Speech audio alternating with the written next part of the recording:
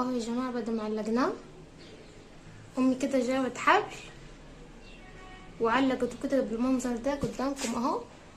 ده يحتفظ يعني من السنة للسنة، مش هيحصل له حاجة، بس اهم حاجة تحطه في مكان هاوي عشان التوم ما يتكتمش ويبوظ معاكم. طبعا براحتك، عايزة تعملي زي ما عملت امي كده زي ما وريتكم، يا اما تعملي ضفاير براحتك، اللي حباه او سهل عليك اعمليه. تمام اهو كده معانا الكمية ديت اهو. برضو علقنا هنا فوق في السطح اهو. انا كده حطاه يعني حاطينه كده قدام الشباك عشان ايه يبقى هاوي معانا، يعني يبقى المكان هاوي ومفتح من كل جانب.